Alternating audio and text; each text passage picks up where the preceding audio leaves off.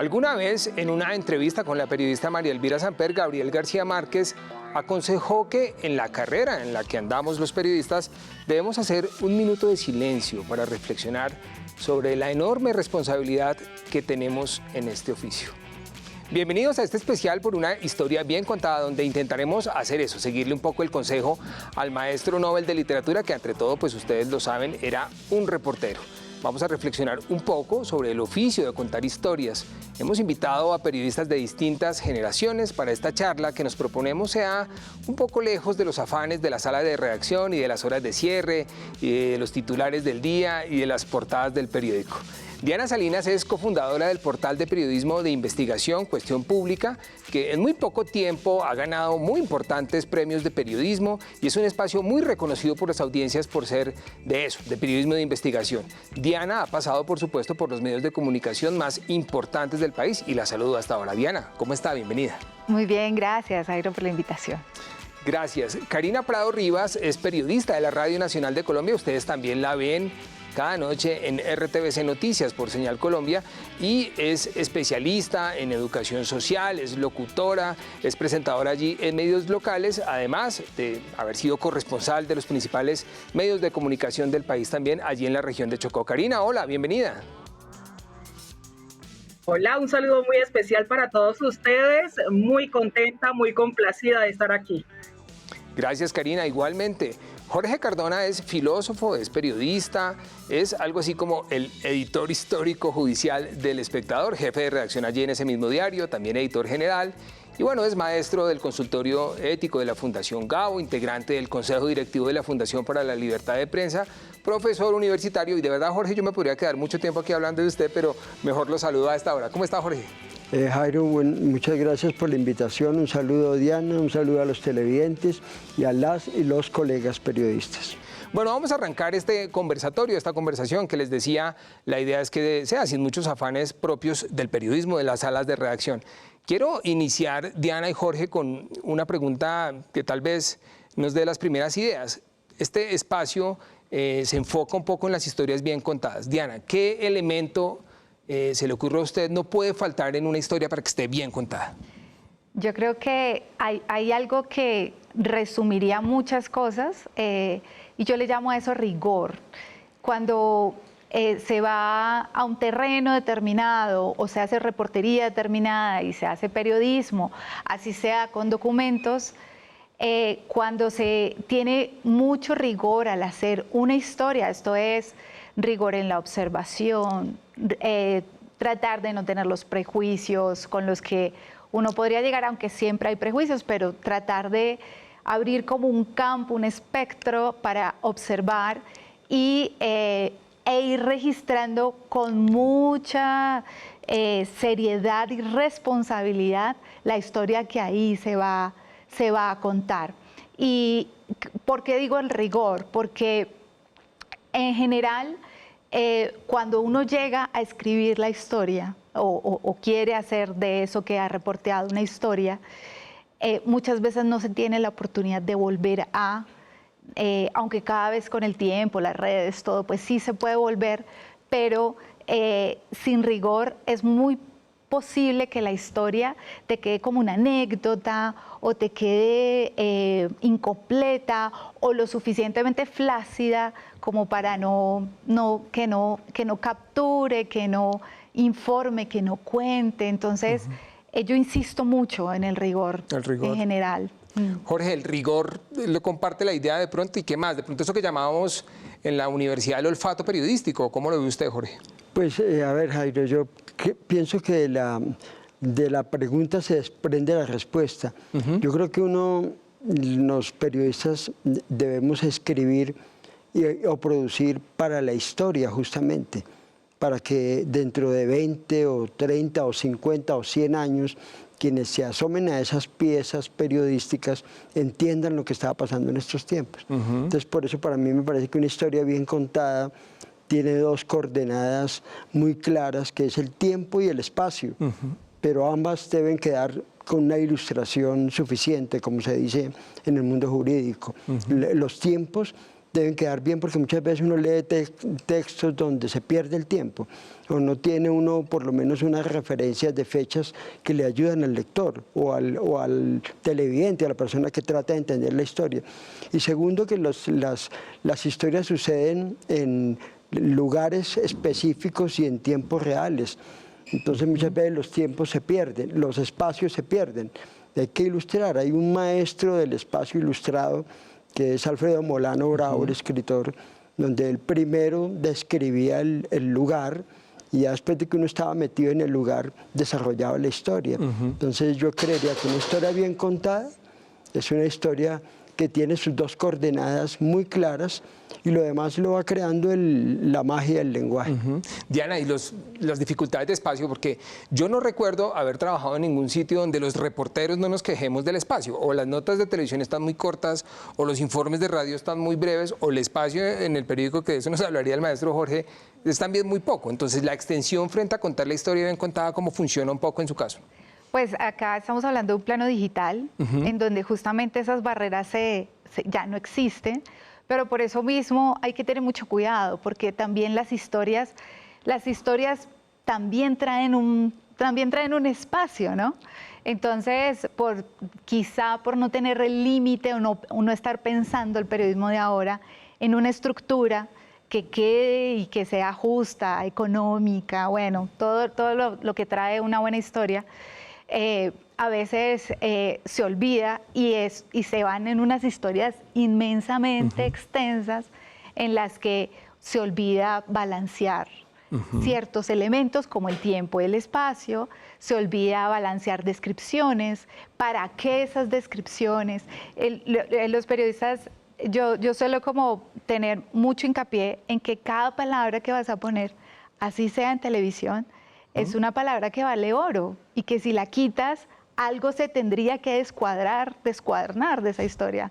Entonces, en general, pienso que en este caso no tenemos esa presión, pero sí hay que insistir en estructurar las historias previamente. Claro, hay periodistas de vieja data que se sentaban y tenían esa estructura en la cabeza y no lo necesitaban. Sí, es mental. Exacto, o de televisión que no necesitaban tener un teleprompter, nada, simplemente ellos se iban. Pero digamos que esa es una vieja escuela que de todas maneras para estas nuevas generaciones sí se necesita. Nuevas y todas, pienso yo, estructurar la historia hace que haya una especie de equilibrio de muchos elementos. Ahora, hay otros elementos que, como bien lo dijo Jorge, atinan a la descripción. No es lo mismo que tú te vayas a una historia, entres al lector en esa historia, en esa descripción, y se nos olvida muchas veces que eso que estamos viviendo, que vivimos, no lo vivió el lector, entonces no se cuenta. Entonces, para eso hay que estructurar la historia, pienso yo. Yo creo que todo esto nos aterrizaría, Jorge, a una pregunta que tal vez le sea útil y le sea interesante a los televidentes que nos ven a esta hora y no son periodistas, por supuesto, y es, ¿cómo no aburrir al lector? Es decir, el periodista, ¿de qué puede echar manos, de qué herramientas para que la persona el lector, su audiencia, llegue, sea en el portal, sea en el periódico, o sea, en otros medios, llegue al final de las historias? ¿Cuál sería un poco la reflexión frente a eso? Pues es que todos los elementos son cruciales. Primero, es claro que, como decía Julio Cortázar, el escritor, hay que ganar por nocaut técnico, no ganar por puntos. Entonces, en un texto corto, tú tienes que tener un lead impecable y contundente, concreto. Y eso tiene su trabajo de desarrollo. Ahora, otra realidad, por ejemplo, es la conexión entre los párrafos, porque ningún párrafo puede quedar aislado. Otra cosa, el contexto no se puede tragar al texto. El hilo narrativo no se puede perder. O, por ejemplo, tiene que haber una unidad en el verbo, porque muchas veces se empieza narrando en un pasado histórico y termina en un presente. Entonces hay demasiados elementos de edición. Cualquier texto, cualquier trabajo periodístico es susceptible de edición, y mientras uno no lo entrega al lector o al televidente o al oyente, es de uno, pero ya cuando es del público ya no puedes hacer nada con él. Entonces, mientras lo tengas, ahí todo es susceptible de mejorar. El perfil del personaje, la forma de caracterizar cada uno de los componentes de la historia. Hay demasiados elementos que garantizan un buen texto, o por lo menos que sea leíble y que se lea desde el principio hasta el final. Jorge, han cambiado, Diana, es que esta me parece clave una cosa que dice Jorge, y es, ha cambiado la sensibilidad de los periodistas, usted que conoce a varias generaciones, porque ya Diana hablaba un poco de la vieja escuela, que tenía esas estructuras un poco implícitas, la música de las palabras de los viejos reporteros del Espectador, que todos identificamos al rompe. ¿Esa sensibilidad ha cambiado? ¿Las nuevas generaciones de periodistas tienen un poco implícito esas tensiones en los textos que ustedes los editores aconsejan tener? No sé, yo diría que sí y no, porque yo creo que uno encuentra, cuando llegan los jóvenes a las redacciones, uno encuentra un poco su tendencia de formación. Por ejemplo, se ve mucho el cronista, o el que llega con intenciones de ser cronista y que tiene que reaprender el oficio en la redacción. Hay otros que son claramente sabuesos de la información y que aprenden la técnica de desarrollar la información en base en las noticias. Pero hay quienes realmente tienen una capacidad de lenguaje que la pueden explotar, la pueden desarrollar, y se nota mucho en el tono, que uno, como dice una canción de la Orquesta Manzanillo de Cuba, dame el tono, y en el tono se va entendiendo por dónde se va el texto. Y hay gente que es hábil para una cosa y otras para otra, pero finalmente una redacción y un periódico o un medio de comunicación es labor en equipo. Y no son todos escritores. Hay otros que hacen labores que son complementarias muy importantes. Diana, quería agregar un poco más a ese texto que estaba escribiendo ahora. Escuchando a Jorge, creo que muchos podrán decir, o muchas podrán decir, no, pero es que yo estoy en el periodismo de televisión, o es que yo estoy y yo no hago textos. Yo soy de las que creo que para cualquier formato, detrás hay un texto, ¿sí? Es decir, no es, eso que está diciendo Jorge no es exclusivo del periodismo gráfico o el periodismo de periódico. Creo que apunta para todos. Si vas a hacer un podcast, si vas a hacer una nota, pues ese lead que se ve en la nota es los primeros 10 segundos. O sea, hay que buscar que los primeros 10 segundos de una nota de 1 minuto y medio o de 1 minuto, muchas veces son de 1 minuto, tú si en los primeros 10 segundos no capturas con esa nota, seguramente cualquiera cambia el canal, ¿no? Claro. O dice, bueno, yo espero que lo que me interesa es la nota ya la de abrir pasó y entonces ya esta no me interesa. Entonces, creo que eso, por un lado, eso aplica para todo. Jorge menciona el tema de, yo le llamo cabeza. La cabeza es como la cabeza de uno, o sea, si usted no hace una cabeza, usted está sacando una noticia descabezada, y la cabeza es de un acto creativo impresionante para poder para capturar. Ya después vendrán esa cantidad de elementos que vienen a jugar, como tiempo, espacio, personajes, que esté hilado, que haya contexto, que, bueno, en fin, descripciones, pero la cabeza es el jab del que habla Julio Cortázar, que hay que, por nocaut, hay que pegarle al lector en la primera línea, desde la primera palabra. Claro, todos esos asuntos, porque son las realidades que enfrentamos los periodistas día a día en las redacciones, y que aquí, por supuesto, con 2 maestros podemos desentrañarlos un poco. Entonces yo voy a empezar a ganar este duelo más bien como en las novelas por decisión. Vamos a ir paso a paso. De las redes sociales habría muchas cosas que decir, pero tal vez una pregunta que siempre surge, o que un poco me parece a mí que está ahí en el tintero, es si al fin de cuentas perjudican o no perjudican al periodismo. ¿Ustedes cómo lo ven? Si quieres, Diana, arranquemos contigo, y es las redes, ¿cómo han cambiado tu oficio? Pues es que yo veo a las redes como unas grandes autopistas virtuales por donde finalmente también pasa la vida, ¿sí? Es decir, yo recuerdo cuando por primera vez escuché el término la virtualidad. Yo no soy tan joven como parezco. Yo lo escuché por allá en el 96, me acuerdo, como en las universidades, que uno empezaba a tener correo electrónico y que la vida ahora iba a pasar por lo virtual. Yo no imaginaba eso, o sea, yo no podía entender cómo era que la vida iba a pasar por lo virtual. Y yo creo que las redes hoy yo las veo como unas grandes autopistas. De una ciudad, uno no pasa por todas las autopistas todo el tiempo, y creo que son autopistas que se necesita, que el periodismo sin duda es un campo que entró, que ganó, que entró, que está allí, pero de nuevo es un formato. Entonces, a veces nosotros, por ejemplo, en Cuestión Pública, buscamos hacer una cosa que nos inventamos, seguramente se lo inventó otro en otro momento, pero nosotros allí pensamos en que había noticias o investigaciones que teníamos y que de repente sale algo de actualidad. Ejemplo, salió renunció Arturo Char al Congreso. Entonces nosotros decimos, ¿cómo no gastarle a eso una noticia, sino a través de las redes, por ejemplo, un hilo que permita contar bien quién es, saca nuestras investigaciones, saca otros datos, te va contando patrimonio, te va contando ta. Eso para nosotros son productos valiosísimos en los que hemos metido cosas de periodismo que la gente no le mete, pero nosotros le metemos una llamada a una persona experta y entonces queda la cita textual. Exacto, queda la cita y exclusiva para el tweet, no para la nota, digámoslo así, porque no se va a hacer nota, de repente le metemos un audio o un video que encontramos nuevo.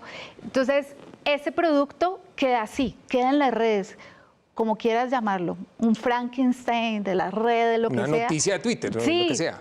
Pero hemos incursionado por allí porque yo sé que el oficio es mucho más que las redes, pero son autopistas que de repente hay que habitar y hay interacciones, si hasta el presidente pasa por ahí.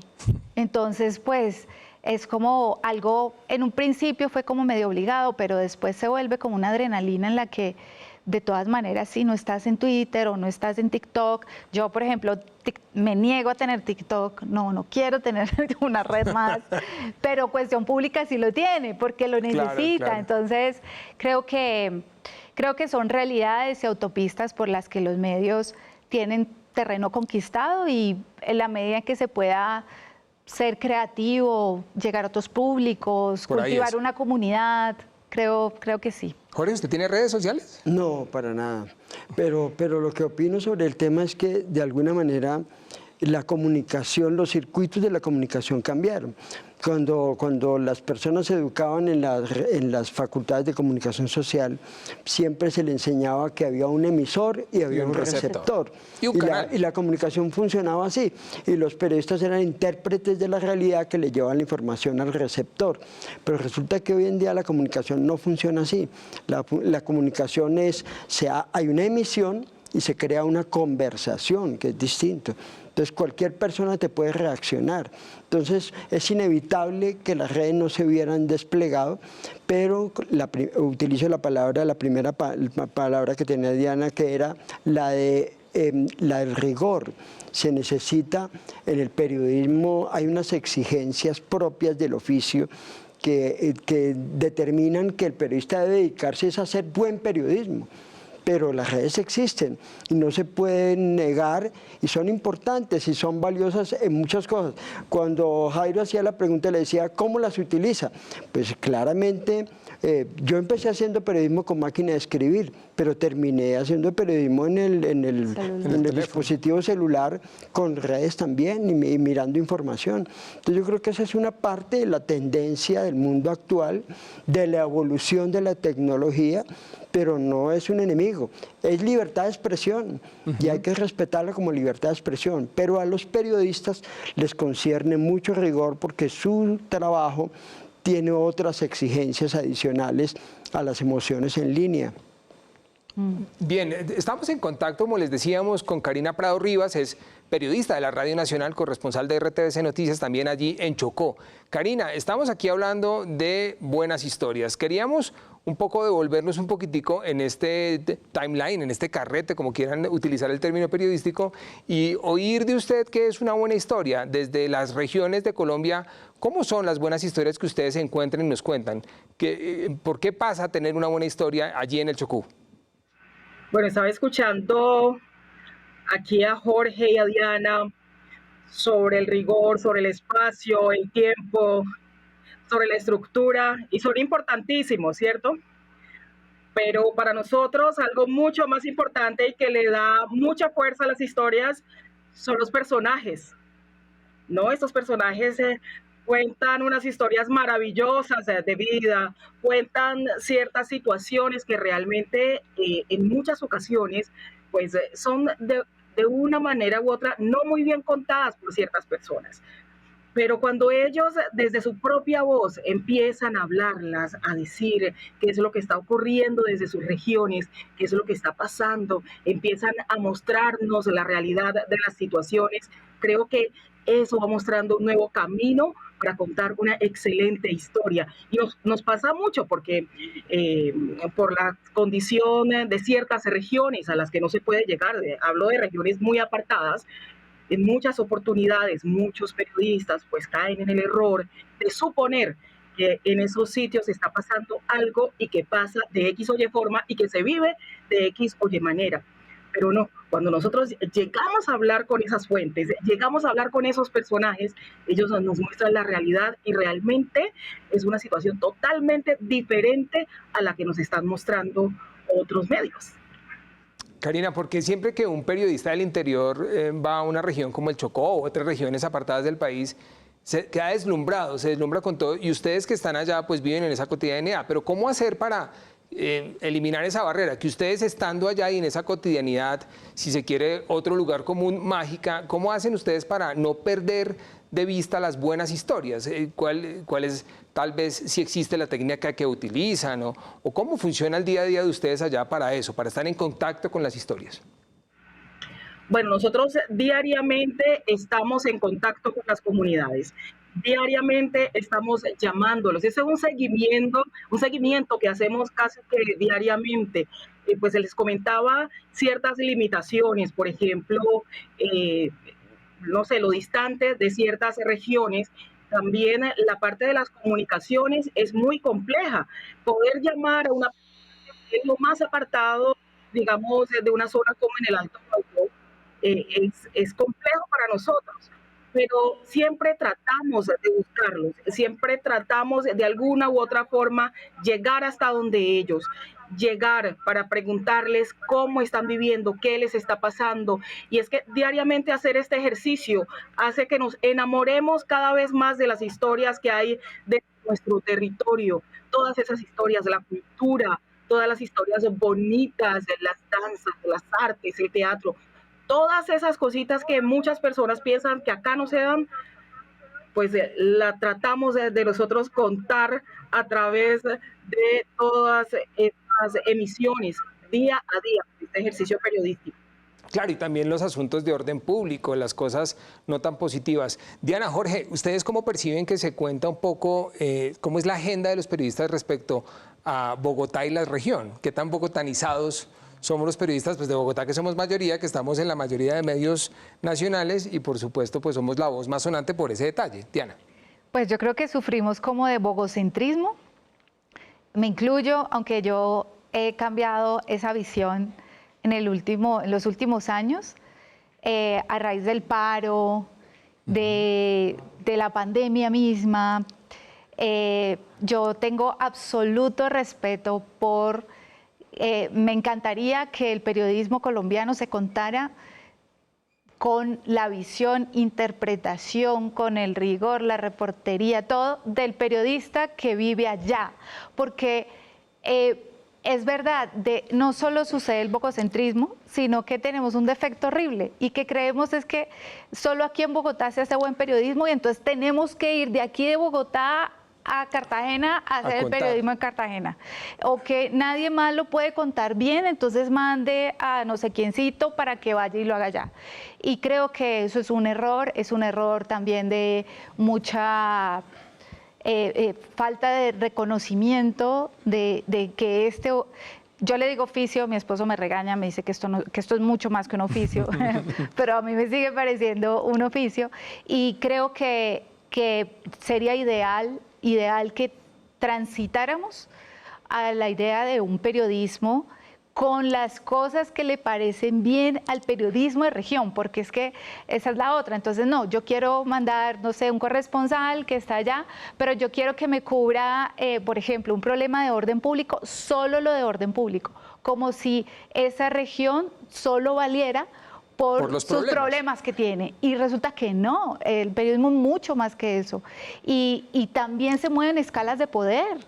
¿Cómo no? O sea, cada región tiene su gobierno, tiene sus escalas de poder, pero además tiene su lugar cultural, pero además tiene su lugar indígena, pero además tiene su lugar, o sea, tiene múltiples comunidades. ¿Cómo insistimos en cubrir solo lo que le importa a la comunidad blanca, heterosexual, bococentrista? O sea, entonces yo sí creo que estamos llamados a fortalecer y a escuchar y a transmitir la información y a tener esas conversaciones más desde un periodismo con mucho rigor, pero desde las regiones, estableciendo también que para las regiones es importante.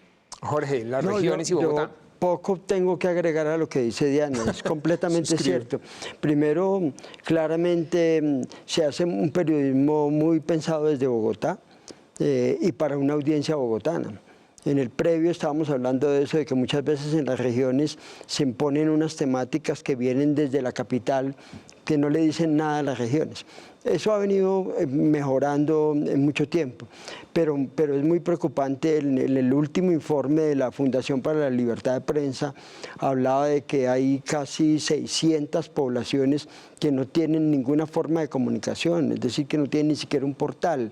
Eso muestra terriblemente que hay una gran ausencia regional en la propuesta comunicativa nacional y que obviamente que se necesita escuchar a las regiones, hay que escuchar, mucha parte del país hay que escucharlo, hay que descubrir demasiadas voces.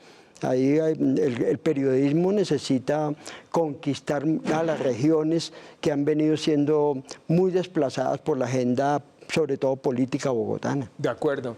Y Karina, estábamos hablando también de redes sociales hace un momento, esto va un poquito casi que en construcción en bloques, para ponerlo en términos de un texto tal vez con los dos maestros que estoy acá, y quería preguntarle por eso, una pregunta que me disculpo si suena muy tonta, pero ¿qué tan importantes son las redes sociales como el Twitter allá en Chocó? Es decir, aquí en Bogotá le paran bolas todo el tiempo al Twitter.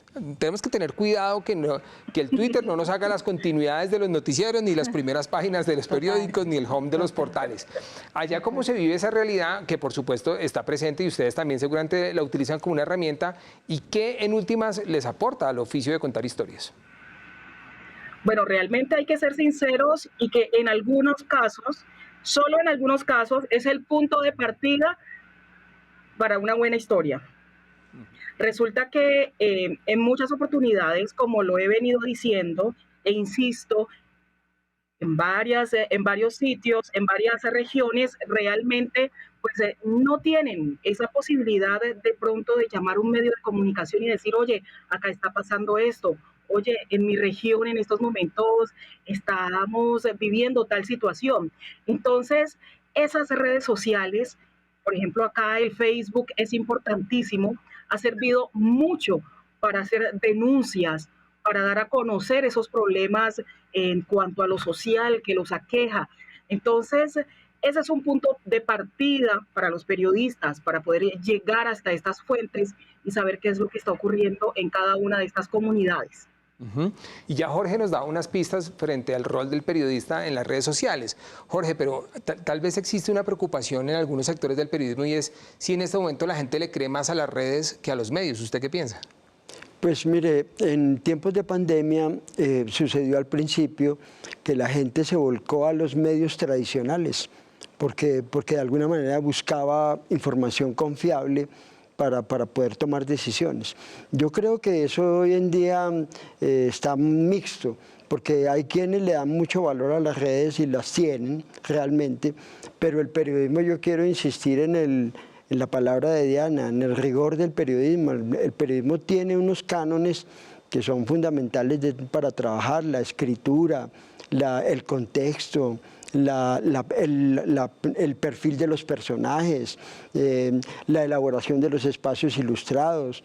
Es decir, hay demasiados elementos para hacer una pieza periodística de alto valor.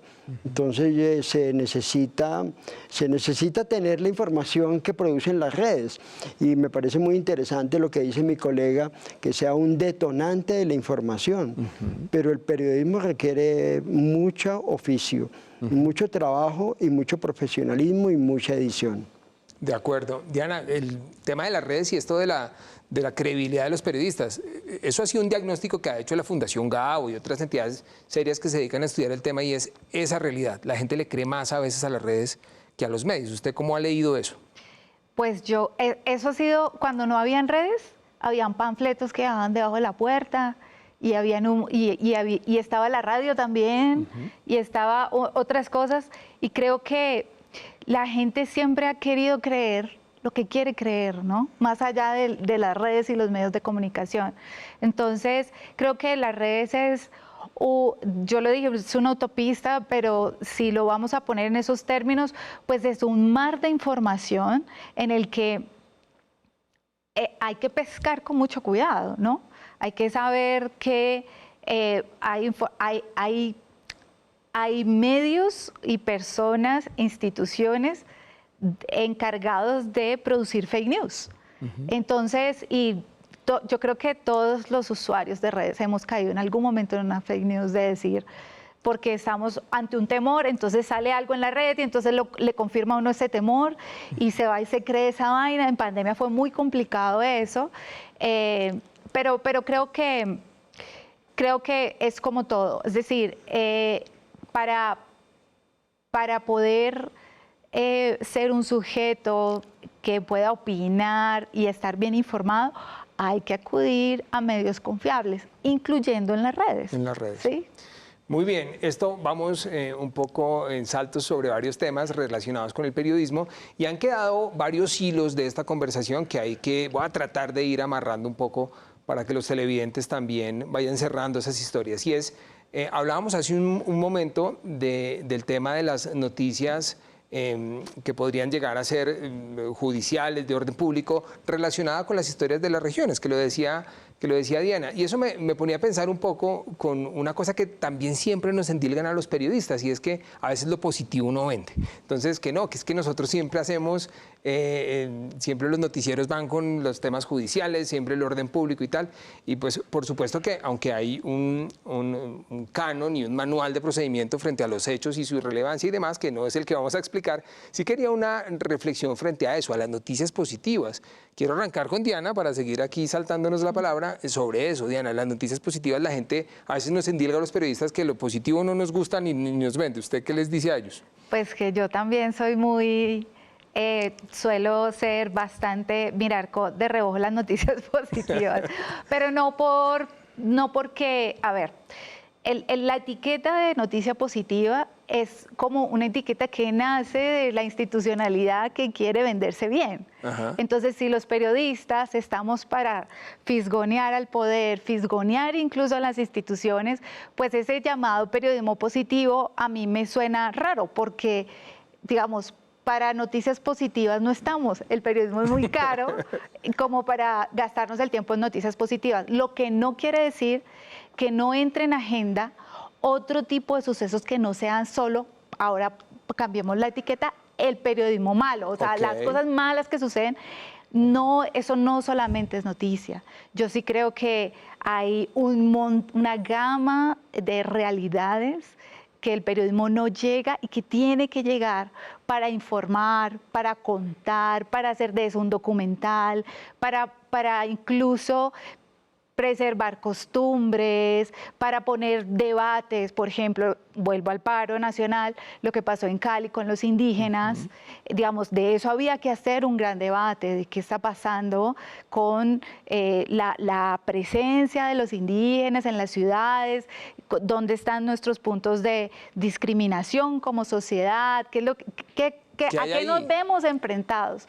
Y creo que hay mucho más que no le ponemos el ojo, no estamos ahí porque seguramente no vende, pero que es muy importante. Entonces, yo separaría esto de noticias Sí. positivas. La etiqueta, es verdad. Sí, porque además me suena como a la sección de Bancolombia de gente que le pone el alma. Entonces, no, yo suelo desconfiar muchísimo de la gente que le pone el alma. Entonces, pienso que todas estas cosas, no es que no me parezca que hayan otras cosas que no sean las noticias de orden público o el conflicto o nuestros problemas de poder. Creo que por fuera de eso hay un montón de cosas que no vemos, que no hacemos, que hay que hacer, que el periodismo debería entrar, debería hacer. De hecho, creo que hay una suerte de atomización en las comunidades que consumen información porque ya les deja de parecer importante el contrapoder. Ya. Entonces, quieren escuchar más, por ejemplo, noticias ambientales. ¿Sí? ¿Qué está pasando con nuestros Que esas bosques? tampoco pueden ser muy positivas si uno se pone a escudriñarlas bien. Claro, pero esa comunidad, por ejemplo, ya no quiere solamente que le cuentes que se está talando el bosque o que se está talando la Amazonía. No, esa comunidad quiere que tú de verdad conozcas la comunidad que está allá, a quiénes es que está afectando, cuáles son las costumbres que se están acabando. Quieres que vayan mucho más allá. Entonces, hay diferentes espectadores que están necesitando también otro periodismo, ¿no? Ujú. Jorge, cuando un reportero le llegaba a usted con noticias positivas, ¿usted qué le decía? No, pues bueno, lo que pasa es que yo siempre estuve en el área judicial y ahí no Claro. hay nada positivo generalmente. Pero ¿qué pasa? Yo creo que de todos modos el periodismo es un espejo de la sociedad. Uno no puede negar las cosas que pasan. Realmente, pues nosotros somos un país que tiene un problema de orden público severo, no es sencillo, y también nuestras confrontaciones políticas son de altísimo nivel, pues eso se lleva a la agenda prioritariamente.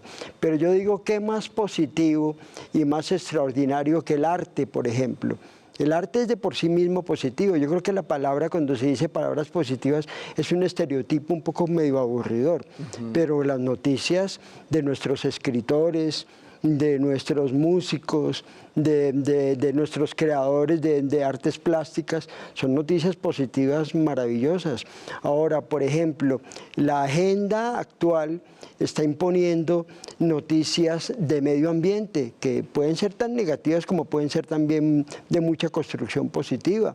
Necesitamos crecer mucho en la agenda, por ejemplo, económica. Ya antes era una cosa medio sugestiva, pero se ha vuelto por las mismas realidades sociales y políticas e internacionales una necesidad. Necesitamos información económica permanente, necesitamos tener información inclusiva de varios sectores que siempre fueron excluidos de la sociedad. Y eso es positivo también, eso es positivo o negativo como se lo quiera mirar. Lo que me parece a mí fundamentalmente es que hay que diversificar la información, porque la información tiende a ser muy política y muy de orden público.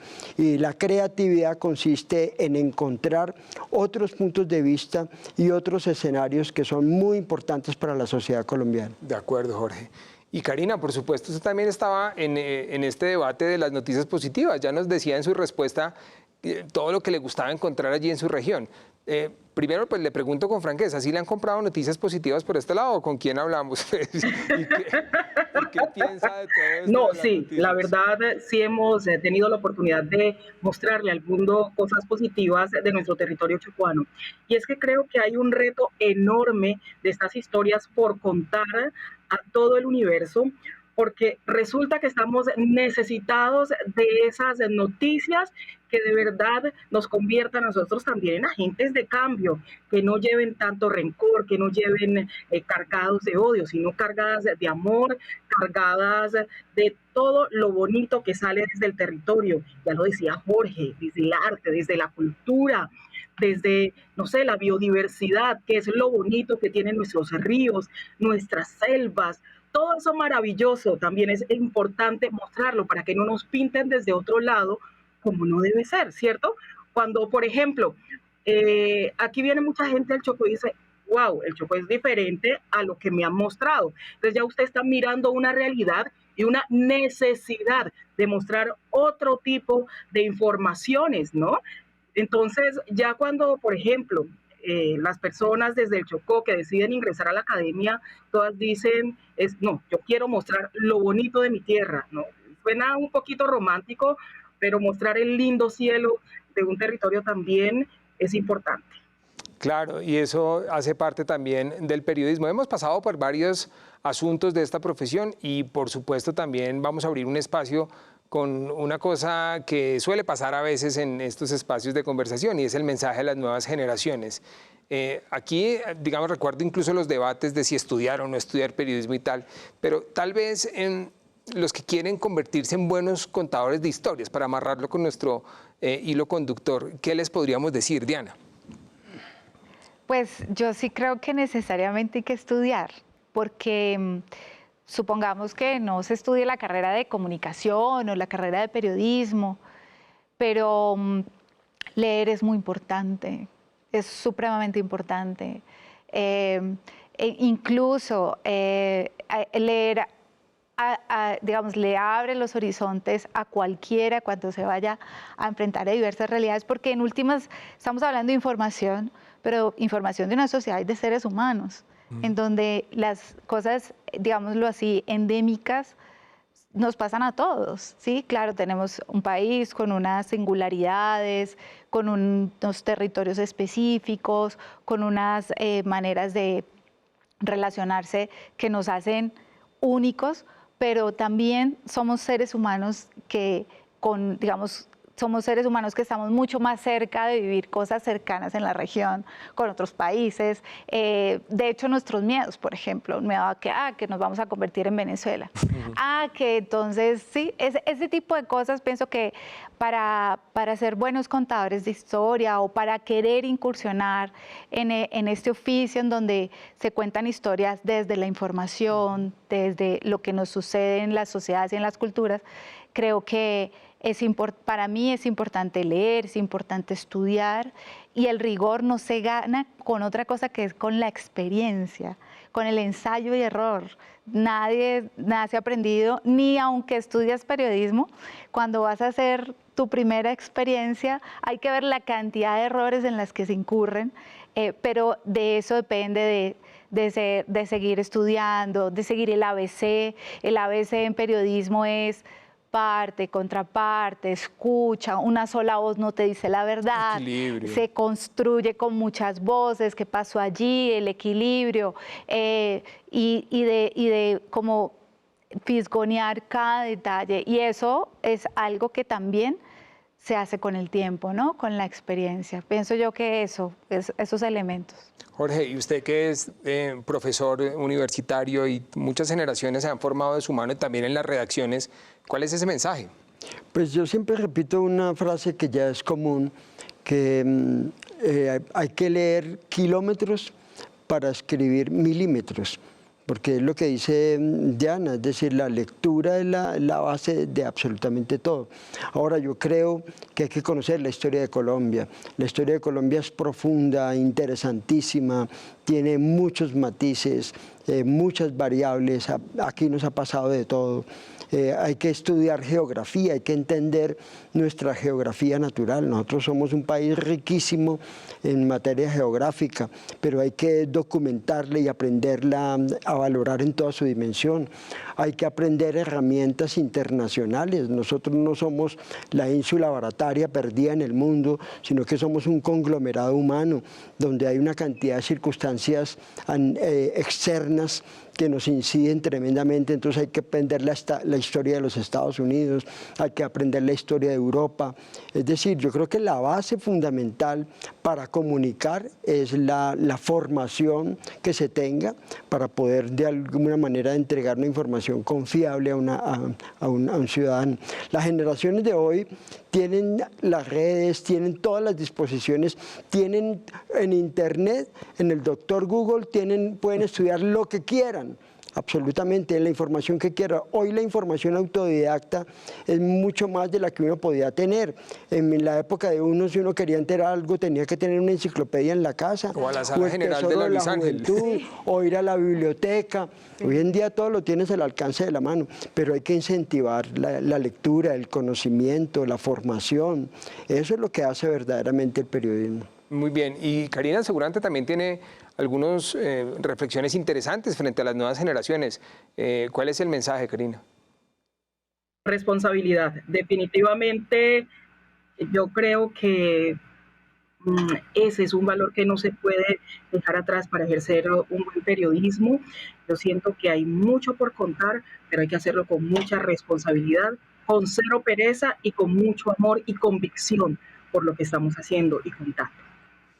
Gracias, Karina. Bueno, llevamos ya varios minutos, casi una hora hablando aquí de periodismo, de reflexiones, pero cada 9 de febrero es tradicional que la Fundación para la Libertad de Prensa entregue un diagnóstico de lo que está pasando respecto a eso, a la libertad para informar y para hacer periodismo en el país. Este año las cifras no son muy buenas, según se conoció en ese reporte de la Fundación, sobre todo por el tema de los periodistas asesinados, que es un tema que sigue en el país, y también con un indicador que preocupa mucho a los analistas allí de la Fundación, y es el de periodistas amenazados. El 2022 es un año que cierra con unas cifras sumamente preocupantes. Primero porque hubo 2 casos de periodistas asesinados. Rafael Moreno en Córdoba, quien trabajaba en Montelíbano y en Puerto Libertador, y Wilfer, quien trabajaba en La Unión, Nariño, ¿no? Y los dos son unos periodistas que comparten unas características muy importantes porque también ejercían un liderazgo social, hacían denuncias sobre corrupción local, sobre los diferentes problemas que hay en inseguridad, en el estado de las obras, y ese liderazgo pues termina teniendo una repercusión muy grande. Entonces cuando se mata a estos personajes tan importantes, pues está callando a buena parte de la comunidad.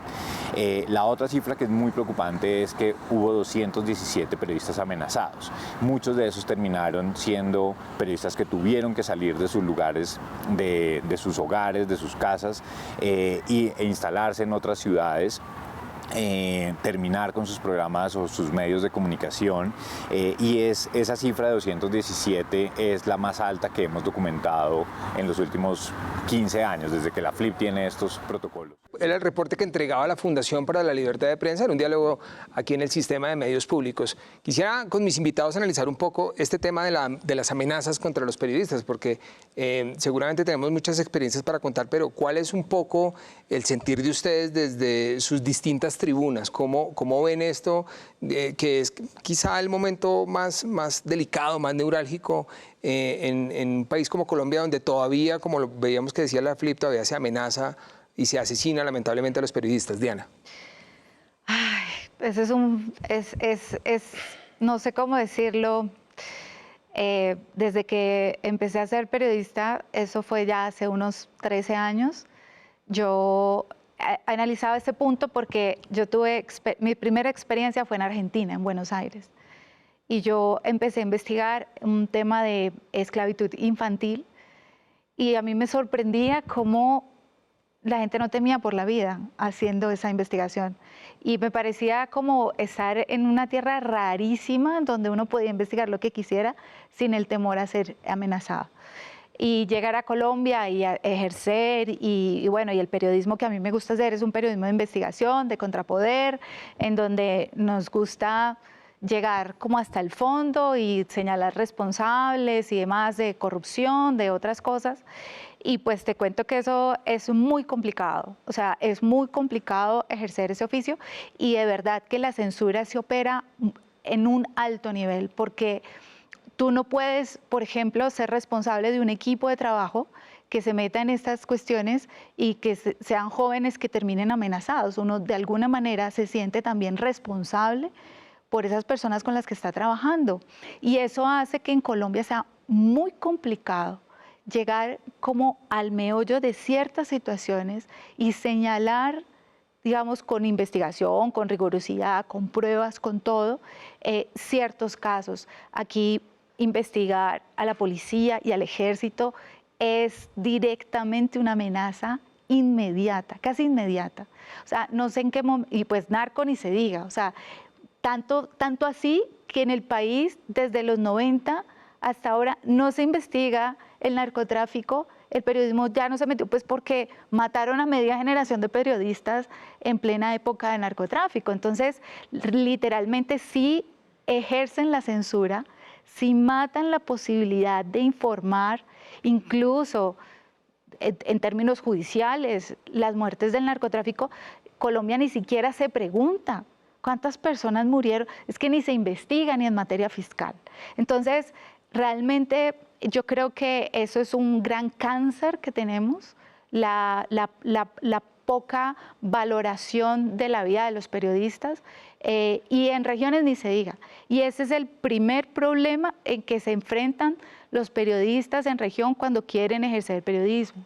¿Por qué? Pues porque la vida no está garantizada. Por eso es que a una Liga contra el Silencio, que es una organización de varios medios periodísticos, les toca, digamos, acudir a periodistas de Bogotá porque saben que pueden hacer la investigación con la ayuda del periodista en región, pero no mostrarles ni su nombre, no se muestra su trabajo y se tiene que venir a informar desde aquí porque aquí hay más garantías. Entonces, yo sí creo que parte de lo que tenemos que pensar como sociedad y como gobierno también es la exigencia a que esto tiene que empezar a cambiar, tiene que empezar a respetarse la vida de los periodistas indistintamente de lo que investiguen, incluso indistintamente si lo hacen bien o mal.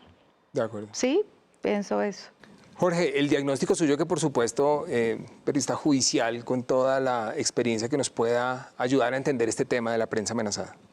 Pues yo lo que le puedo decir es que es grave que haya casi 500 municipios de Colombia sin comunicadores claros. Es grave que aunque sean 2 periodistas, fueron 2 voces en 2 regiones increíblemente necesarias que se perdieron en la región. El periodismo es supremamente necesario en el país, tiene que resistir, tiene que combatir. Mi invitación es esa.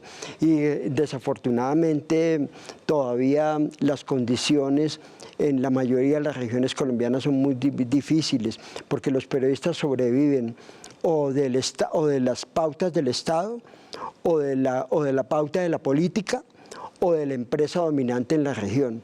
Entonces la independencia es la que termina sacrificada.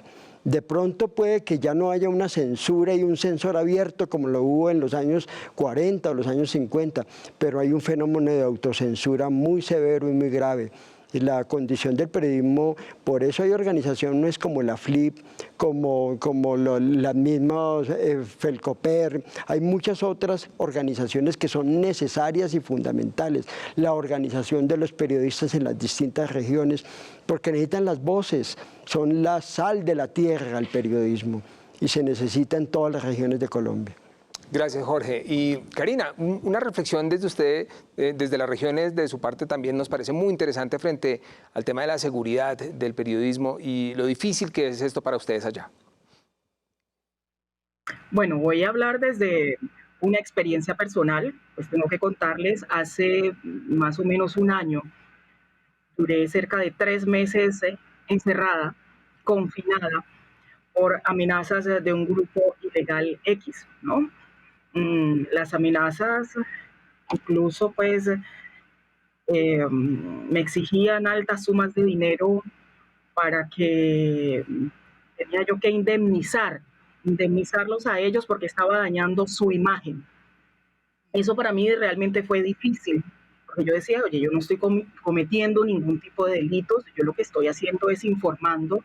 Obviamente tuve todo el respaldo de las autoridades, todo el respaldo también del medio de comunicación al que pertenezco, pero es una situación muy compleja, es muy compleja realmente, porque en esos días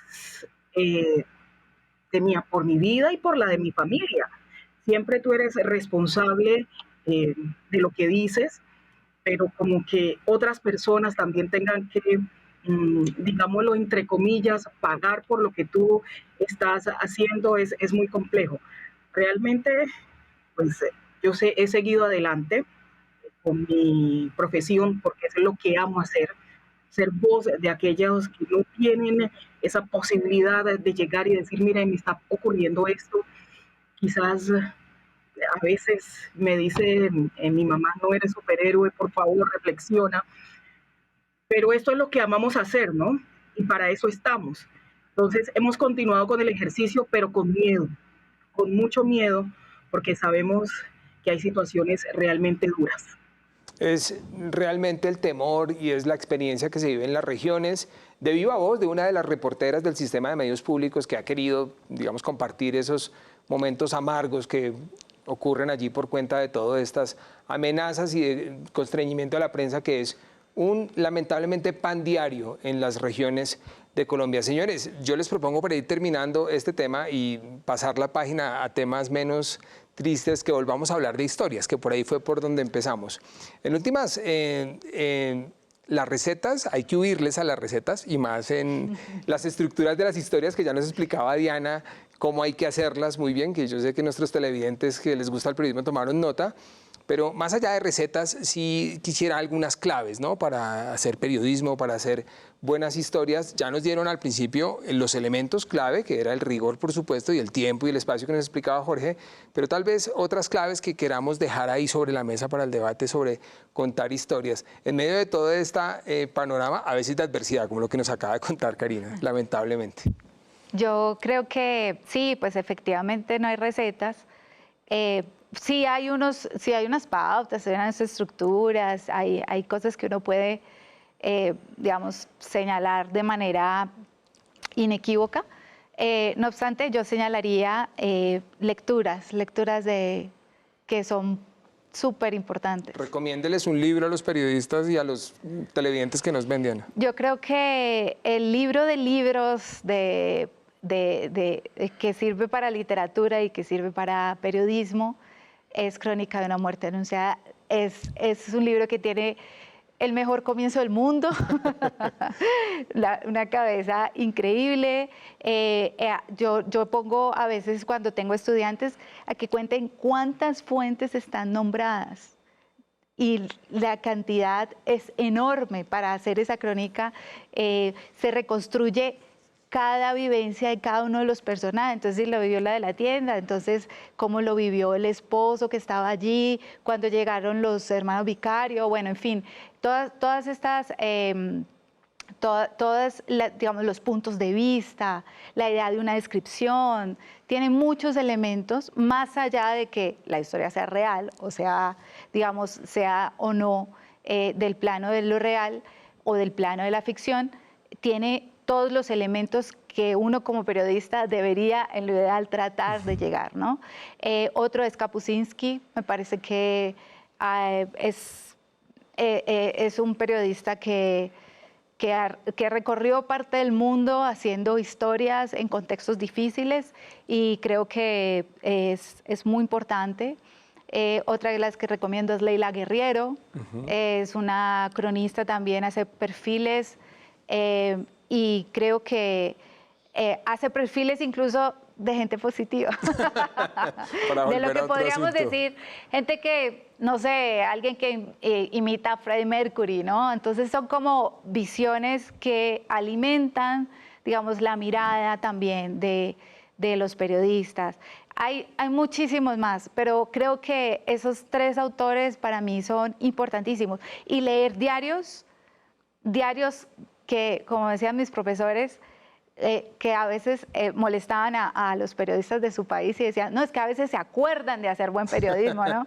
Entonces, periódicos o medios que se acuerden constantemente de hacer buen periodismo, hay que leerlos, hay que estar informados, hay que ver cómo arman una noticia, hay que ver cómo la cuentan, eso sirve de modelo, ¿no?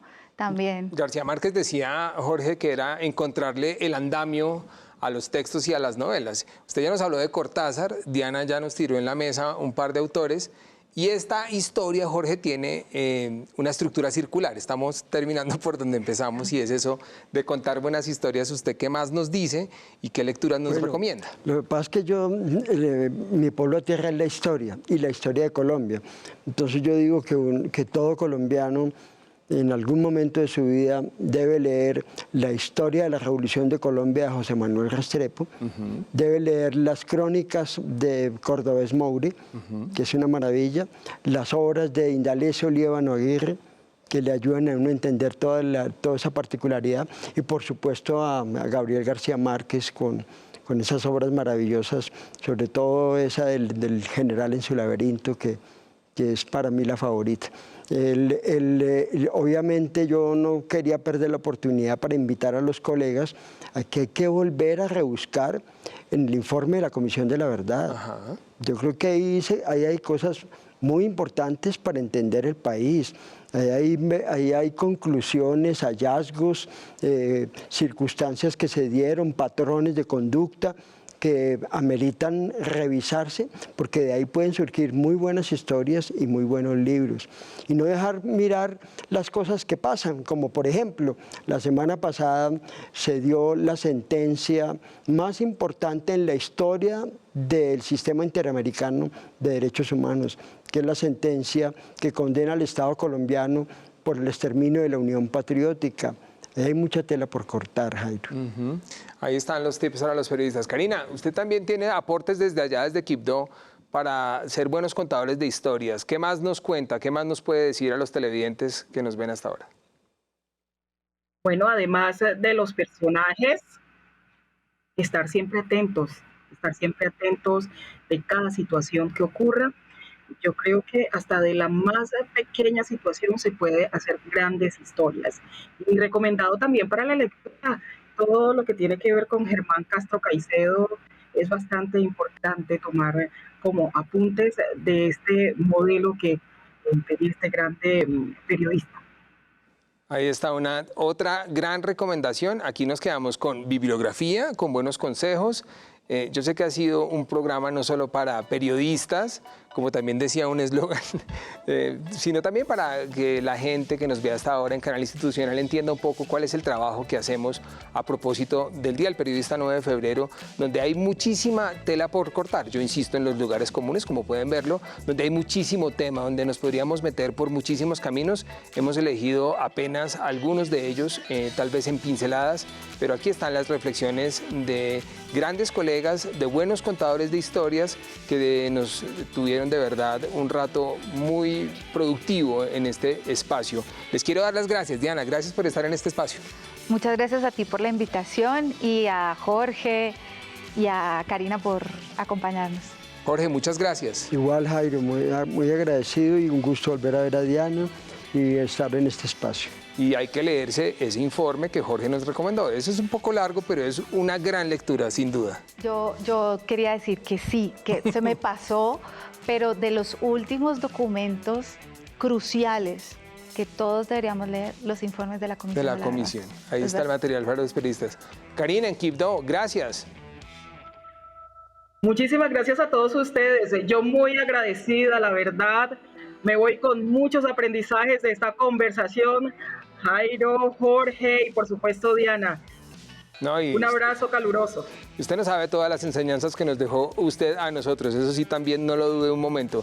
Esto es Por una historia bien contada, un espacio en Canal Institucional para reflexionar en torno al periodismo, a las historias. 9 de febrero, Día Internacional del Periodismo, Día del Periodismo en Colombia, ¿no? Ahí se metí también mi gazapo, además de los lugares comunes. Muchas gracias. Continúen con más programación hasta ahora.